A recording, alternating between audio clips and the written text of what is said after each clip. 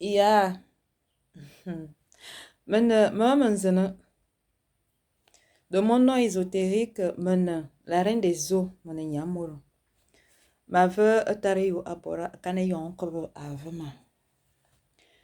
Je suis de mon nom ésotérique, je suis la reine des eaux, Nyamoro. Je remercie les ancêtres et Eyo Dieu pour le temps de parole qu'ils me donnent. Yeah. Famille, Mbolo, Mbolani. Aujourd'hui, on est le 29, hein? Oui, c'est ça, le 29 mars. Oui, c'est ça. Nous sommes le 29 mars. Et je viens de terminer de faire la vaisselle. Vous vous rappelez, non? Je vous disais tantôt que j'avais horreur de faire ça, mais depuis un moment là, même mes enfants sont aux anges. Quand je dis, bon, aujourd'hui c'est le tour de qui? Qui fait la vaisselle aujourd'hui? Quand on dit la personne lève le doigt, il dit c'est moi. J'ai dit, bon, laisse, je vais m'occuper. Ils sont contents. Yeah. On appelle ça les cours de rattrapage. Ah, c'est pas possible. Famille, aujourd'hui j'ai envie d'aborder oh, un sujet que tout le monde connaît, hein, déjà. C'est celui de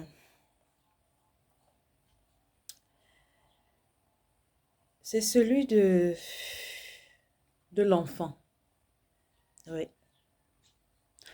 Un enfant. De la relation qu'il a avec ses parents. De la relation qu'il a avec ses oncles, ses tantes. Vous savez, on dit toujours qu'un enfant reste un enfant. Oui. Souvent, les mamans disent que même à 50 ans, si je dois te corriger, je vais toujours te corriger. Parce qu'elle estime que tu es son bébé, tu es son enfant. Donc, c'est pour ça que, malgré que chacun de nous, à son niveau, soit déjà aussi responsable, chef de famille, mère, mais ta mère et ton père sont toujours là pour te rappeler que n'oublie pas que tu es mon enfant. Yeah. Donc ici, je parle de la relation d'avec le père, la mère, mais aussi d'avec la tante, l'oncle. Vous savez, famille, le sujet est vraiment vaste, mais je vais juste vous dire l'essentiel. L'essentiel aussi de mon expérience. Oui, que je vis, que j'ai vécu avec mon père malheureusement qui n'est plus, avec ma mère qui est toujours présente, avec mes oncles et mes tantes. Dans la cellule familiale, on a souvent un patriarche, suivi des parents, ainsi de suite. Et dans cette cellule familiale-là, il y a souvent un lot de problèmes. Oh non, je ne peux pas. Un sérieux lot de problèmes. On va dire oh, pourquoi c'est la tante qui réussit plus, pourquoi c'est l'oncle qui réussit plus, pourquoi ses enfants évoluent, pourquoi nous, de notre côté, les choses ne marchent pas bien. Voilà un peu les problèmes qu'il y a dans une famille. Les différents problèmes qu'il y a, comme vous-même vous les connaissez, hein, dans vos familles. Moi aussi, dans ma famille, il y a des problèmes. Oui, tout n'est pas rose. Mais on tente à réparer les choses toujours. Alors, dans vos familles, il y a des mères vraiment qui traversent des difficultés, qui ont du mal à s'en sortir, qui ont du mal pour s'en sortir, voilà, autant pour moi, parce qu'elles ont à charge leurs enfants. Et souvent, elles ne sont pas aidées. Il y a d'autres aussi qui sont aidées, par leurs frères, par leurs sœurs. Alors, il y a cette mère-là qui porte cette responsabilité, celui-là de s'occuper de ses enfants, qui cherche à joindre les deux bouts, qui malheureusement fait partie d'une famille. Et dans cette famille, souvent, il y a des soucis. Des soucis parfois causés par certains membres de la famille, c'est-à-dire les aînés. On a des grands-pères, on a des grands-mères, on a des oncles, on a des tantes. Donc, souvent, ces mamans-là, elles sont acculées. Acculées à un tel point que la relation n'est pas bonne entre frères et sœurs. Et ça engendre souvent beaucoup de disputes autant pour moi. Et de ces disputes-là, parfois même les enfants s'intègrent. Voilà où maman maintenant veut en arriver. Les enfants qui s'intègrent dans les discussions des parents frères et sœurs. Maman est là ce matin pour vous dire que enfant, de mon expérience, si tu faisais ça autrefois, ne le fais plus. Parce que je sais qu'il y a une colère qui s'anime en toi lorsque tu vois que ta mère est insultée, maltraitée, critiquée de tous les mots possibles. Moi, je ne vais pas vous cacher, moi j'ai fait ça une fois quand j'étais plus jeune. Je devais avoir entre 13 et 14 ans par là. Et la dispute, c'était avec les voisines.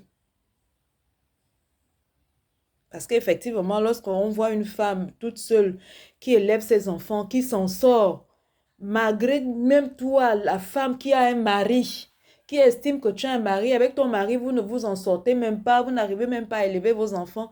Mais tu vois ta voisine, elle qui s'en sort, qui arrive à élever ses enfants. Et pour toi, l'insulte envers cette femme, c'est de dire, ah, tu es une pauvre femme, tu n'as pas de mari. Non, je suis désolée. Maman a déjà fait une vidéo là-dessus en ce qui concerne la femme, où je disais tantôt que toutes les femmes sont des femmes, mariées ou pas, toutes les femmes doivent être considérées. Parce que toutes, autant qu'elles sont, portent sur leur dos ce qu'on appelle le panier. Ce n'est pas seulement le panier du mariage qu'on porte. Sur notre dos là, chacune de nous porte un panier. Que tu sois une femme mariée ou pas, il y a un panier là que tu portes sur ton dos. Donc, lorsque je voyais mes voisines, les voisines à l'époque de maman vraiment s'acharner sur elle, insulter et tout, oh, je vous dis que laissez. Le jour là, la colère m'a animée en fait. Et je me suis mise à la cour. En fait, je ne sais pas ce qui m'avait animée à cet instant précis là, vraiment. Je ne saurais vous expliquer. Je me suis mise à la cour, sous un soleil agnangoulé de Libreville. Aïe! Et là, j'ai commencé à parler. J'ai commencé à parler. J'ai parlé à haute voix et je disais que laissez ma mère tranquille. Qu'est-ce qu'elle vous a fait? Laissez ma mère tranquille. Pourquoi vous insultez ma mère? À tout moment, c'est ma mère, ma mère. J'avais fait ça. Sous un soleil. Non. Pas possible. Et c'est comme ça que une autre voisine est sortie de chez elle. Et c'est elle qui est venue m'attraper. Elle veut me dire, oh Arlette, toi tu es de nature calme, tu n'as pas l'habitude de parler. Qu'est-ce qui t'arrive aujourd'hui? C'est comme ça qu'elle m'attrape par la main, elle me ramène à la maison. Mais quand je suis allée m'asseoir, je tremblais comme une feuille. Je tremblais comme une feuille, je tremblais comme une feuille. Et en moi, il y a cette chose-là. En fait, c'est là où cette curiosité elle est venue. Je me suis dit, mais pourquoi on prend le temps à insulter ma mère, à parler mal de ma mère? Pourquoi? Parce que ma mère n'est pas une femme mariée. On dit que chacun de nous, chacun de vous vit ses expériences. Et chacun de nous a une motivation, toujours en ce qui concerne le mariage. Voici moi d'où est partie ma motivation du mariage. de la façon j'ai vu ma mère traitée par les autres femmes, ne sachant pas que ma mère revenait d'un mariage où malheureusement les choses ne se sont pas passées comme elle le voulait. Donc, certainement que vous aussi à votre niveau, il y a beaucoup d'exemples, hein? Il y a d'exemples par exemple, où tu vois que ta mère est maltraitée par ton père ou son mari, et toi aussi, ça motive, ça crée quelque chose en toi. Il y a cet exemple où tu vois ta mère se débrouiller toute seule et tu te dis, ah, quand je vais grandir, il faudrait que je cherche à me marier pour aider ma mère. Bref. Alors de cette expérience-là, je reviens vers vous, les enfants, même adultes que nous sommes aujourd'hui, que vous êtes déjà. Vraiment, c'est un conseil que je vous donne. Ne vous mêlez pas des disputes entre frères et sœurs. Parce que la famille, comme on dit, une famille, elle est sacrée.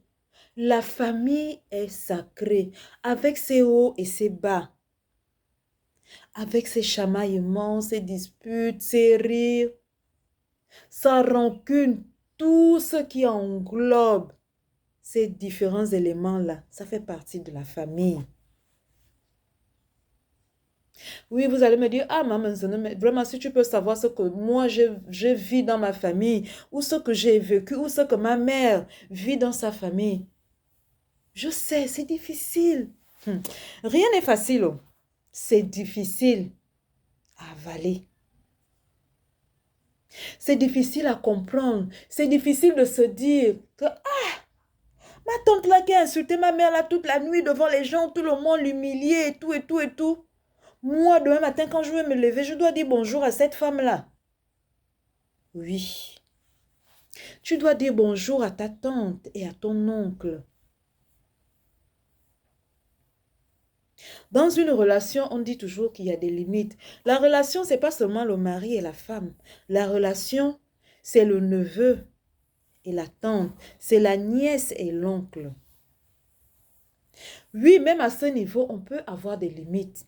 Donc, la limite que Maman Zeno peut te donner, dites toujours bonjour à vos oncles et à vos tantes, malgré les chamaillements qu'il y a eu à la veille. La science, la tradition, le bouti. C'est-à-dire, vous négligez tellement votre tradition. Encore que d'un côté, je ne vous en veux pas parce que moi aussi, ma maison aussi, moi aussi, je suis tombée dans le trou en question. Je me suis retrouvée dans ce trou-là, où je me suis retrouvée moi aussi à l'église catholique, puis à l'église de Réveil. Mais quand même, toujours on dit, lors des enseignements, il y a des choses qui sont dites et dites, et puis ça attire quand même ton attention. Ça, tu es un peu curieuse quand même. Tu te dis, ah non, on dit telle chose. Mais moi, quand je réfléchis un peu, je vois que ça ne colle pas trop. Mais souvent, certains d'entre vous ne sont pas curieux. Certains d'entre vous ne se posent même pas de questions. Parce que là, dès que vous allez vous asseoir sur la chaise là, ton pasteur ou ta prophétesse là-bas, vous commencez ça comme ça. Allez, chapapapa, papa, broum. Est-ce que tu t'es même déjà posé la question un jour, ce que chapapapa là veut dire?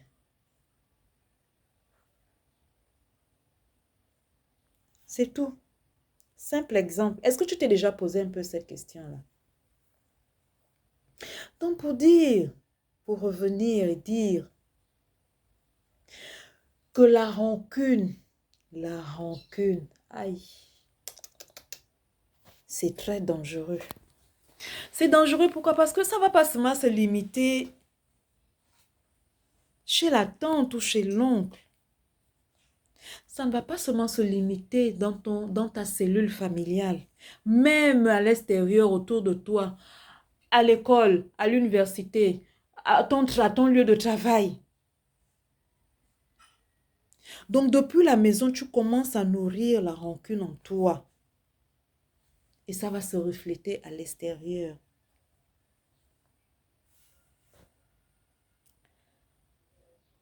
Les enfants, ne vous mêlez pas des disputes entre frères et sœurs. Moi, je disais toujours à maman que, maman, oui, je sais, tu as l'habitude de dire que oh, tu es en train de souffrir là, c'est à cause de nous. Oh, vraiment, si on te cherche les problèmes, c'est à cause de nous. Oh, c'est parce que tu as eu beaucoup d'enfants. C'est parce que tu te débrouilles à nourrir tes enfants. Donc, et les jaloux sont là, ça dérange X, ça dérange Y. Et moi, je disais à ma mère, je disais à ma maman, c'est ton frère, c'est ta soeur. Ça ne me regarde pas. Moi, ce que je sais, c'est que Papa Jean, c'est mon oncle. Maman Kama, c'est ma tante. Donc, vos problèmes là, ce sont vos problèmes. Ça ne me regarde pas. Moi, je suis l'enfant. Donc, à chaque fois que moi, je préfère déjà te dire ça. À chaque fois que je verrai mes tantes, mes oncles, je vais toujours leur dire bonjour. Voici ce que maman vient vous apporter. Le conseil, c'est un conseil. Parce que si tu gardes rancune là, à tes oncles et à tes tantes, dis-toi que ce n'est pas seulement à eux que tu gardes rancune, mais aussi à tes autres frères, à tes cousins et à tes cousines. Mais chez nous au Gabon, on ne dit pas cousin ou cousine, on appelle toujours frères et sœurs. Chez nous en Afrique, c'est frères et sœurs.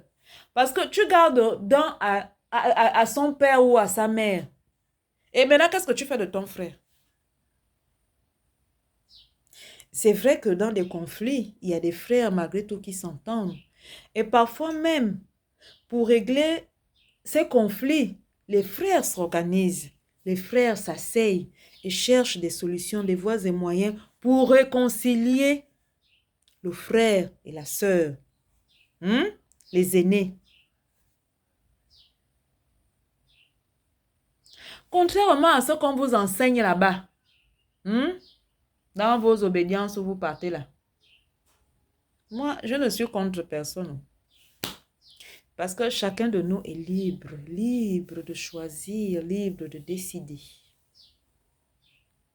Mais comme maintenant, moi je sais que les ancêtres agissent toujours et finissent toujours par agir pour attirer ton attention, pour te faire comprendre les choses. Donc, le travail là, leur revient. Donc, je disais dans vos obédiences là, parce que eux là, quand ils commencent, oh voilà, tu as tel problème, oh voilà, c'est papa, c'est maman, oh non, c'est ton oncle, c'est ta tante. Tout ça pour détruire une famille. Au final, pour s'accaparer de toi, pour te faire croire que c'est lui qui t'aime, c'est lui qui a de l'importance pour toi, c'est lui qui prie pour lui. C'est pas lui, oh. C'est pas lui. Tout ce que tu as dans ta vie là, tu le mérites. Tu le mérites. Tu le mérites pourquoi? Parce que tu sors d'une lignée familiale. Donc, si tes aïeux là-bas ont fait du bon boulot, si tes aïeux, tes ancêtres, autant pour moi, sont là, toujours au contrôle, pour veiller sur votre famille, pour travailler, pour vous apporter des bienfaits. Donc, ces bienfaits-là sont en toi, sont dans ton ADN, dans tes racines. Et ces bienfaits-là, on monte, on descend. Tu les auras toujours. Donc, ton pasteur ou ta prophétesse qui te dit qu'on en vient, je vais prier pour toi. Vraiment, les parents sont mauvais. Vraiment, mais je ne comprends pas pourquoi les mères et les pères font souvent des choses comme ça à leurs propres enfants. Alors que parfois, nous les enfants sommes responsables de nous-mêmes, de nos problèmes. Moi, je vais vous dire comment ils font. Oui, je vais vous dire comment ils font. Eux aussi, ils font les consultations là-bas. Parce que quand on te dit, viens te présenter là, on te demande ton nom. Toi-même, tu prends ton nom, tu donnes. Donc, c'est déjà l'accord. Tu ouvres la porte de ta vie en donnant ton nom à l'église où tu vas. où tu vas prier là, tous les dimanches. Parce que pour la petite expérience, il y a quelque temps de cela encore, avec mon ancien téléphone, donc avec celui-là, mon fils aussi l'utilisait. Et puis c'est comme ça, un jour, je suis là au salon, un coup de fil. Je vois écrit, si c'est qui, David, hein, si c'est frère David ou qui là. J'ai pris le téléphone, je réponds, oui, allô? Oh, bonjour madame, je dis bonjour. Je dis c'est pourquoi? Oh non, je voudrais parler à Elias. Antuntum Zamba Elias. Je dis, ah bon, oui, c'est pourquoi? Oh non, comme il était venu à la veillée de prière tel jour. Je dis oui. Voilà, on a traité son cas, donc le pasteur voudrait qu'il vienne pour continuer les séances de prière. Je dis, ah bon? Il me dit oui. Je dis, bon, il doit venir quel jour? Va me donner dangereuse. Regardez la scène. Donc, je dis au frère David en question, je dis oui. Donc, il doit commencer les prières là-bas, oui. Donc, il commence quel jour? Il me donne le jour. Je dis, bon, ok, il y a mon frère David, il n'y a pas de problème, hein. Quand Elias va arriver, je vais transmettre le message à Elias. Je suis restée là, j'ai ri. J'ai dit, mais vraiment, donc c'est mon fils maintenant que vous allez faire les séances de prière. Quand vous donnez votre nom là, votre pasteur, votre prophétesse là, parce que à beau vous expliquer les choses, à beau attirer votre attention, vous ne voulez pas écouter. Qu'est-ce qu'ils font? Ils prennent votre nom. Donc quand il te dit qu'il va prier là, c'est ton nom qui est déposé sur sa table. Pandam. Donc, si c'est un bon pasteur ou si c'est un mauvais pasteur ou, il dépose ça sur sa table. Donc ça dépend. Son Dieu là qui vient tous les jours vous dire à l'église là-bas, oh mon Dieu, mon Dieu, mon Dieu. On ton nom. Toi-même, tu as déjà donné l'accord, non? Donc, lui peut maintenant travailler. Ton nom. Voilà, avec ton nom là. La consultation démarre. Coucou, coucou, coucou, coucou. Quand il termine de faire la consultation là, on lui dit? On lui dit de A à Z. On lui montre même tout ce que tu as en toi. Après le lendemain, le dimanche, quand il arrive à l'église, il dit oui. Il y a quelqu'un là-bas dans la salle. Voilà, Dieu me montre. Dieu m'a dit. Dieu me dit que voilà, demain, après-demain, boum, boum, boum, boum, boum. Et pour les cas là, qui ont beaucoup de problèmes au corps, vous là, vous allez toujours rester là, assis sur le banc là. Quand vous priez, c'est-à-dire toute votre énergie que vous dégagez là, c'est dans son église. Avec ces dieux avec qui il travaille, que vous êtes en train de nourrir. Donc, pour vous dire qu'on essaie d'attirer votre attention. Donc, quand mon fils est rentré, moi j'ai dit à mon fils qu'il y a ton frère David qui a appelé là. Il a dit que tu allais assister à la veillée là-bas. Donc, ils ont déjà étudié ton cas. Donc, tel jour, à partir de tel jour, tu dois aller démarrer les veillées de prière. Mon fils me regarde comme ça. Il dit, maman, tu dis quoi? J'ai dit, oh, mais il y a ton frère David là-bas qui a appelé. Il a dit que tu dois aller commencer les séances de prière. Mon fils me regarde comme ça. Il dit, maman, pardon, s'il te plaît, j'ai mes choses à régler là. Et c'est comme ça qu'il m'a laissé là, il est parti. 2 jours après, je pose la question. J'ai dit, tu allais commencer les veillées de prière là-bas. Maman, je t'ai dit que je suis occupée. C'est la réponse que mon fils m'a donnée, c'est tout. Donc, vraiment, les enfants, même vous les adultes, la famille est tout ce qu'il y a de plus sacré. Dans la famille, il y a tout. Il y a tout. Et comme on dit toujours, le linge sale se lave en famille. Les problèmes de la famille se règlent et trouvent aux solutions.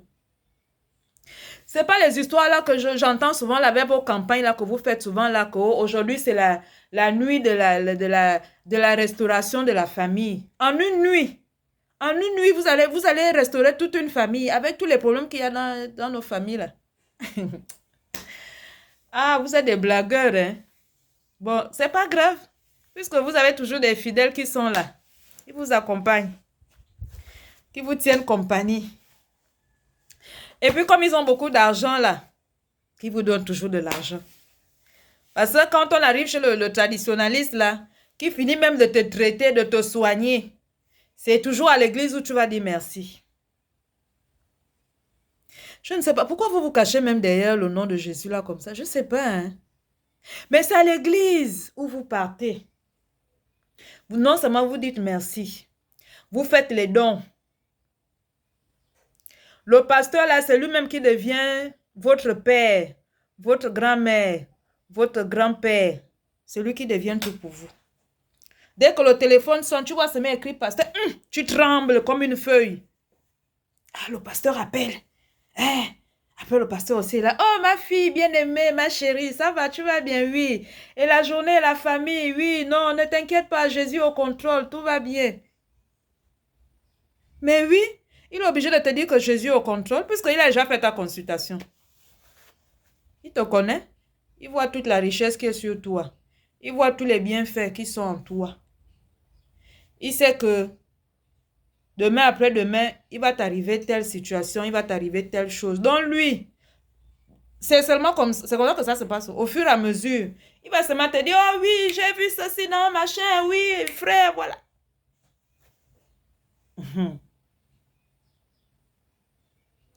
On ne peut pas restaurer les problèmes d'une famille en une journée, frères et sœurs. C'est impossible. Même les frères et sœurs qui sont déjà initiés peuvent vous le dire. Parce que regardez, souvent, lorsque on perd un père ou bien une mère, un grand-père ou une grand-mère, surtout quand tu es une personne élue, quand on estime que tu es une personne qui peut résoudre les problèmes de la famille,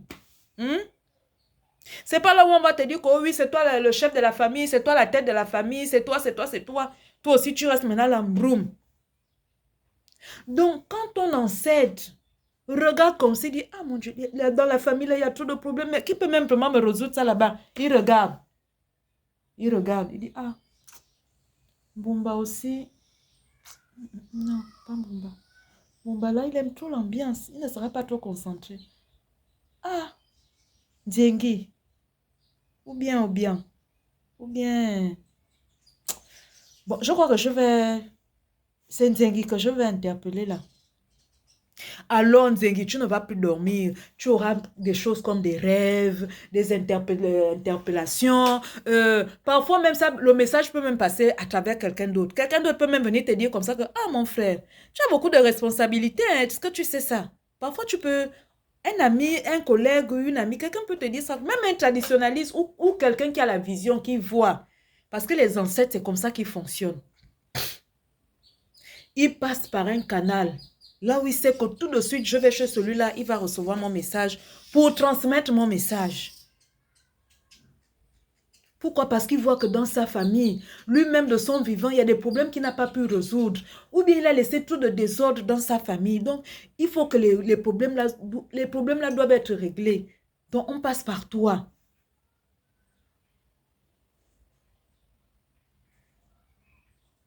On passe par toi.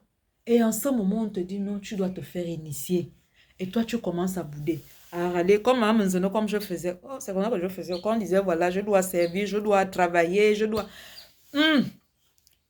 J'allais dans tous les sens. Grum, grum, grum. Je nageais. Donc, en ce moment, on te demande de te faire initier. Parce que ce n'est que par la voie de l'initiation que toi-même maintenant, en dehors du message que tu as reçu par l'intermédiaire d'une autre personne, maintenant, toi-même maintenant, tu dois aller sur la natte. Et en ce moment, forcément, là, l'ancêtre là t'attend même, c'est même toi qu'on attend. Ils sont très patients. Parce que vraiment, la patience qu'ils ont eu à mettre avec moi, ils sont très patients. Ils t'attendent et en ce moment, on commence à te montrer les choses, à t'expliquer. Mais ce n'est pas toujours facile, comme je dis. Parce que là-dedans, il y a la compréhension. Et si tu ne tombes pas sur un bon père ou une bonne mère spirituelle, Si tu tombes encore sur quelqu'un qui te perd, vraiment là, tu vas te perdre. Donc,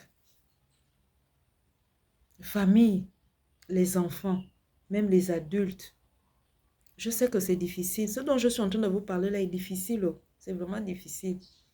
Mais c'est nécessaire. C'est nécessaire. On ne restaure pas une famille en une nuit. C'est pas possible. Réparer les problèmes, les soucis d'une famille, ça prend du temps. Ça demande du temps. Et au fur et à mesure, tout se remet en place.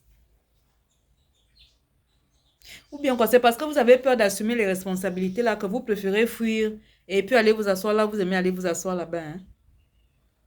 Comme on t'a dit là-bas que c'est toi la tête, maintenant tu te contentes de ça. Toi tout seul, tu te réjouis. Toi tout seul, tu manges. Et tu regardes les autres qui sont là, qui se lamentent. Et tu es même encore le premier à dire que vraiment ma famille là, je ne comprends pas. Tel ne veut pas faire telle chose, tel ceci, des condensations. Alors que tu peux apporter solution, tu peux apporter aide, tu peux résoudre ces problèmes.